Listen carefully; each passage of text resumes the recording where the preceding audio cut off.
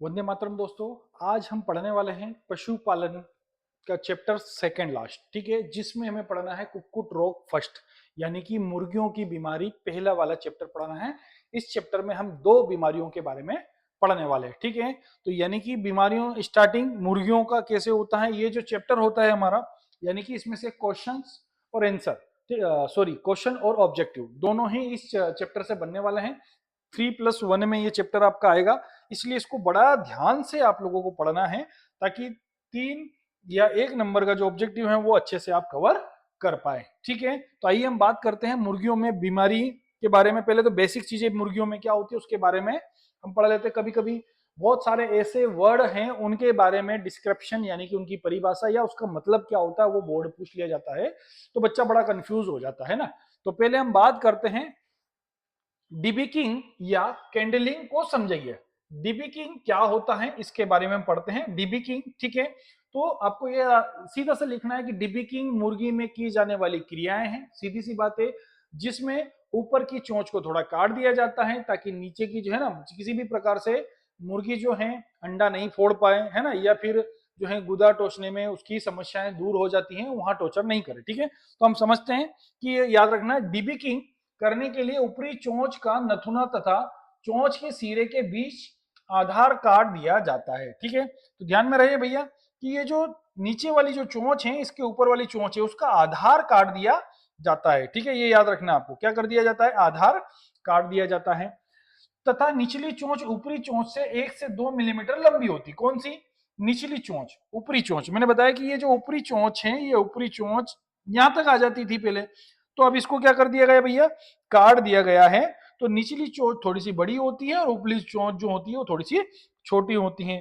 तो इस चोंच को काटने की क्रिया को हम क्या कहेंगे, डिबिकिंग। क्या कहेंगे भैया, डिबिकिंग, आपको याद रखना है। तो ये क्यों की जाती है, तो मुर्गियों की डिबिकिंग के लाभ मुर्गियों का अंडा खाना तथा गुदा पर प्रवाह करना रोकने के लिए, यानी कई बार अंडे को फोड़कर खाती हैं, है ना, और एक दूसरे को यानी कि पीछे मुड़ मुड़कर गुदे पर प्रहार करती हैं, तो उसको भी रोक दिया जाता है। अगला, पंख नोचना या चोंच मारने की आदत क्या होती है, पड़ने से रोकने के लिए डिबिकिंग की जाती है। यानी कि चोंच जब बड़ी होती है तो चोंच मारने की आदत उसमें पड़ जाती है, तो उसे रोकने के लिए भी डिबिकिंग कर दी जाती है, ठीक है। तो आपको कभी पूछ लिया जाए बोर्ड में तो भैया पूरा अच्छे तरीके से लिखकर आना है। अब हम बात करेंगे कैंडलिंग की, बात करेंगे, ठीक है। सीधा सा मैं उदाहरण जो है आप लोगों को बताता हूं। ये आपको अंडा दिख रहा है ना। अंडे को आंतरिक संरचना देखने के लिए हम इसे क्या कहेंगे, कैंडलिंग कहते हैं। अब आप समझो कैंडलिंग का मतलब। तो कैंडलिंग वह प्रक्रिया है जिसमें अंडे को तेज प्रकाश के सामने, तो ये जो पीछे इसकी लाइट चल रही बहुत तेज, सामने रखकर उसके अंदर की स्थिति बिना तोड़े देखी जाती है। अंदर की स्थिति बात हम कर रहे हैं, तो दिख रही है ना, अंदर की संरचना दिख रही है। अगर यहाँ भ्रूण बन जाता तो यहाँ भ्रूण दिखता, ठीक है। इसका उपयोग अंडों की उर्वरता, भ्रूण के विकास, रक्त धब्बों, वायु कक्ष के आकार तथा आंतरिक दोषों की जांच के लिए किया जाता है, ठीक है। अब हमें पता लगाना है कि इसके अंदर चूजे का सॉरी दोस्तों, कि अंदर चूजा बन रहा है कि नहीं बन रहा है। तो बहुत तेज लाइट के सामने क्या कर देना, अंडे को देखना है, तो आप पता लगा सकते हो, ठीक है। तो समझ गए कैंडलिंग का मतलब, कि भैया तेज प्रकाश के सामने अंडे की आंतरिक, भ्रूण विकास, रक्त धब्बों, वायु कक्ष को देखने के लिए उपयोग किया जाता है। अगला प्रश्न है, मुर्गी की 2 विषाणु जनक, है ना, बैक्टीरियल डिसीज के बारे में आप लोग बताइए। तो विषाणु जनक पहले आपको याद रखना, रानीखेत बीमारी कौन सी, और दूसरी होती है चेचक। ये दोनों किसके द्वारा होती है, वायरल यानी कि वायरस के द्वारा। अगला, बैक्टीरिया के द्वारा बात कर रहे हैं तो श्वसन शोध, है ना, कोलेरो, याद रखना कोलेरा, ठीक है, ये डिसीज भी होती है कोलेरा। और अगली होती है किलनी बुखार। कौन सा होता है, किलनी बुखार। ये डिसीज जो होती हैं ये किसके द्वारा होती हैं, बैक्टीरियल के द्वारा होती हैं। और रानीखेत और जो चेचक होता है वो किसके द्वारा होता है, तो वायरल के द्वारा होता है। भाई आपके यहाँ सीधे सीधे नंबर बनने वाले हैं, 4 नंबर, समझ में आ गए ना। ये अब रानीखेत आपने लिख दिया, रानीखेत सीधा चेक करने वाला 1 नंबर, चेचक यानी कि 1 नंबर, ठीक है। आपने कोलेरा लिख दिया 1 नंबर, किलनी बुखार लिख दिया 1 नंबर, 4 नंबर आपके पक्के हो जाते हैं। कई बार बहुत ज्यादा नहीं लिखना पड़ता है, बहुत छोटा लिखना पड़ता है और नंबर बहुत अच्छे मिलते हैं, ठीक है। तो ये आपको ध्यान में रखना है बोर्ड के हिसाब से। चलो अगला प्रश्न है हमारा, मुर्गी रोगों की रोकथाम लिखिए। अब रोकथाम के, रोग को रोकथाम कैसे हम कर सकते हैं उसके बारे में लिखना है। तो अस्वस्थ पक्षी को तुरंत झुंड से क्या कर देना चाहिए, अलग कर देना चाहिए भैया। तो पहला है जो बीमार मुर्गी है या अस्वस्थ आपको दिख रही है तो झुंड से अलग कर देना, क्योंकि मुर्गियों में भाई झुंड का झुंड रहता है, बीमारी आती है तो लगभग सब में ही फैलती है, तो इस बात का बहुत ध्यान में रखना पड़ता है। बीमार एवं स्वस्थ मुर्गियों की देखभाल अलग अलग व्यक्तियों द्वारा करानी चाहिए भैया। तो स्वस्थ मुर्गी की जो देखभाल कर रहा है वो व्यक्ति अलग होना चाहिए, और बीमार मुर्गियों की जो देखभाल कर रहा है वो व्यक्ति क्या होना चाहिए, अलग होना चाहिए। नहीं तो पता चल रहा है वो इधर से उधर जाएगा, इधर से उधर जाएगा, तो वो वायरस सब कुछ साथ में लेकर जाएगा। ठीक है। अगला, बीमार मुर्गियों के संपर्क में जाने के बाद कीटाणुनाशक दवा से हाथ पैर अवश्य धोना चाहिए भैया, सैनिटाइजर करना चाहिए। क्या करना चाहिए, सैनिटाइजर आपको करना चाहिए, है ना, इधर से उधर जाने या बीमार मुर्गी के संपर्क में आने के बाद, ताकि वो बीमारी फैले नहीं, उसका रोकथाम किया जा सके। अगला, मुर्गी घर में पर्याप्त तो रोशनी तथा वेंटिलेशन की सुविधा होना चाहिए, है ना, जिससे बीमारियों का प्रकोप कम हो। वेंटिलेशन, रोशनी आपने देखा हो कृत्रिम रोशनी लगाई जाती है। मुर्गियों को विपरीत मौसम से बचा कर रखना चाहिए, बहुत ज्यादा, है ना, जैसे मान लो कि भाई धूप नहीं निकल रही है बहुत दिनों तक, तो आपको क्या करना है, जो है जो बल्ब लगे हुए हैं उनको चालू करके पर्याप्त रोशनी देना चाहिए, ताकि उनका क्या हो भैया, बेमौसम से बच सके। संक्रामक तथा घातक बीमारियों के टीके समुचित आयु में अवश्य लगवाने चाहिए। तो कई बार बीमारियों के जो टीके लगते हैं मुर्गियों में, एक एक मुर्गियों में टीके लगाए जाते हैं, तो भैया वो समय पर विशेष आयु पर उनको लगाना चाहिए। ठीक है। तो ये सब चीज क्या करेगी, बीमारियों से रोकथाम के लिए उनका उपाय किया जाता है। अगला प्रश्न होता है, दो बीमारियों को जो मैंने बताया था, तो पहली बीमारी आपकी जो है पुलोरम बीमारी। कौन सी, पुलोरम। ठीक है, याद रखना, पुलोरम पुलोरम पुलोरम। ठीक है।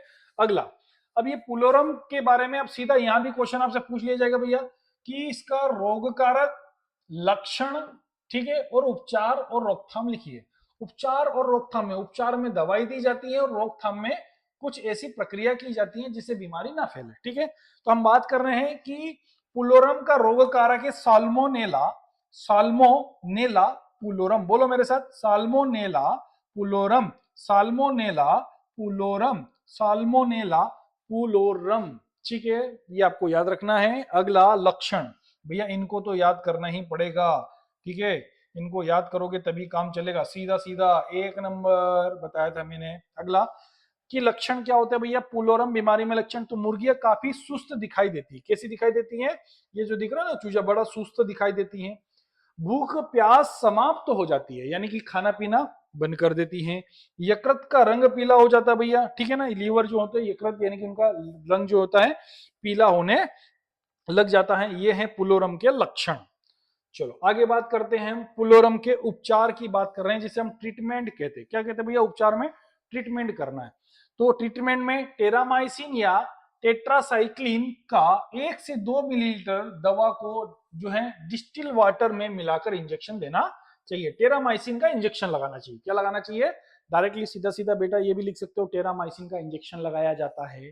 ठीक है, अगर जब कई बार दिमाग में कोई चीजें नहीं आती है तो आप डायरेक्टली ऐसा भी लिख सकते हो। अगला, 1 लीटर पानी में 1 ग्राम फ्यूरोजोल की दर जो है दवा को या दर को घोलकर 10 दिन तक क्या कर देना चाहिए भैया, पिलाते रहना चाहिए। ठीक है ना, फ्यूजोरोल दर को जो है बार बार क्या होता है, घोल को पिलाना चाहिए। ठीक है, ये हो गया इसका उपचार।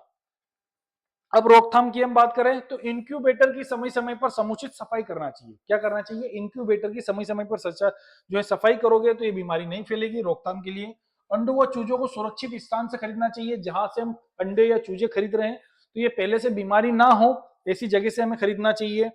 हेचर का फॉर्मल्डिहाइड के धुआं से निर्मलीकरण करना चाहिए। यानी कि क्या करना भैया, निर्जनमीकृत करने से जो हेचर होता है जहां पाले है ना, तो उसको धुआं देकर क्या करते हैं, संक्रमण से दूर किया जाता है। तो ये हो गया इसका रोकथाम की हम बात कर रहे थे।